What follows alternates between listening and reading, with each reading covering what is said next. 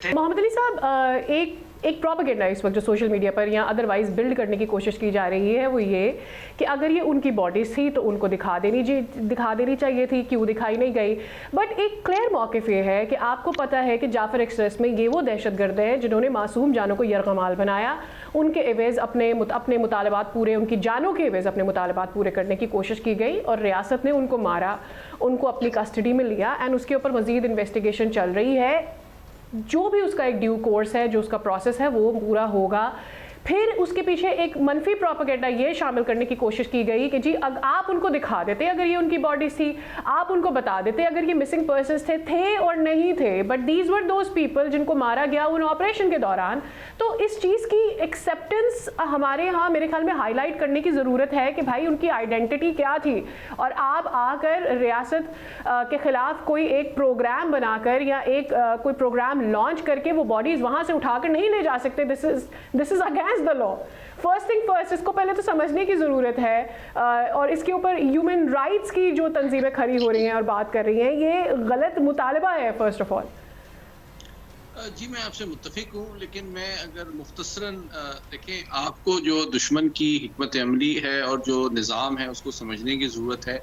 हमारी अप्रोच ज़्यादातर unfortunately reactive रहती है, और हमारी रियासत और हुकूमत की भी जो अप्रोच बलूचिस्तान की जानिब रही है वो दो एक्सट्रीम्स रहे हैं। या तो आप सरदारों को अपीज करते रहे हैं या फिर आप काइनेटिक करते रहे हैं, और ये दोनों मैक्सिमलिस्ट और ओपोजिंग अप्रोच जो है ये बैड गवर्नेंस का सब्स्टिट्यूट नहीं है। जिस तरह आर्मी चीफ ने बिल्कुल सही कहा उस दिन पार्लियामेंट्री कमेटी में कि पाकिस्तान फौज के अफसर और जवान कब तक जो है बैड गवर्नेंस की कीमत अपने खून से अदा करते रहेंगे।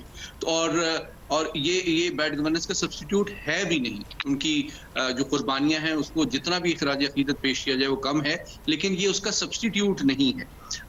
देखिए, तो बुनियादी तौर पे ये जो नेटवर्क इस तरह ब्रिगेड साहब ने भी बताया अभी, तो उसको मैं थोड़ा सा डेवलप करके आपसे सामने रखता हूँ। देखिए, 5 जो है इनकी हिकमत अमली के जो आप यूँ समझे कि पिलर्स या हिस्से हैं।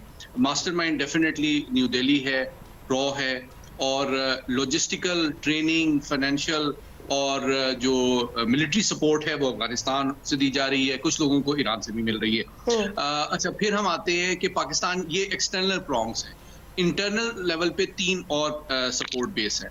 एक जो है, इन्होंने कुछ ऐसे स्टूडेंट तंजीमें बनाई हैं जो कि बड़े बिनाइन और गैर मासूम महसूस अंदाज में मुख्तलिफ कॉलेजों यूनिवर्सिटियों में वो लोगों को कल्टिवेट करते हैं, जिनको जहाँ ये नैरेटिव प्रमोट भी करते हैं, और मासूम जो बलोच नौजवान हैं उनको इस नैरेटिव के जरिए से गुमराह करके कल्टीवेट करते हैं, और फिर उसमें से जो हार्ड कोर होते हैं उनको ये सिलेक्ट करके ट्रेनिंग के लिए अफगानिस्तान भिजवा देते हैं। और फिर जो चौथा प्रोंग है वो इनका ह्यूमन राइट्स ऑर्गेनाइजेशन और एक्टिविस्ट का फेस है, मारंग बलोच जैसे लोगों के शक्ल में, जो कि इसको जस्टिफाई करता है कि जनाब ये तो मिसिंग पर्सन है। भाई, जितने दहशतगर्द BLA, BLF और मजीद ब्रिगेड के हैं वो पाकिस्तानी कानून और रिकॉर्ड के मुताबिक तो मिसिंग पर्सन ही है ना, क्योंकि वो घर और रियासत छोड़ के हथियार उठा के जा चुके हैं दूसरे मुल्कों में। तो इसमें क्या ऐसी रॉकेट साइंस है? जो लोग हथियार उठाते हैं या रियासत के खिलाफ बात करते हैं उनको हमें पहचानना होगा। और आखिरी बात कि जितनी फॉरेन सपोर्ट है,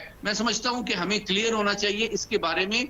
एक इंटरनेशनल जो है हमें लॉबिंग भी करनी चाहिए, और एक्सपोज हमें regularly international media, think tanks के और एकेडमिया के जरिए से जो एक्सटर्नल सपोर्ट है, वो चाहे भारत की हो किसी और। सब्सक्राइब करें और बेल दबाएं ताकि कोई खबर रह न जाए।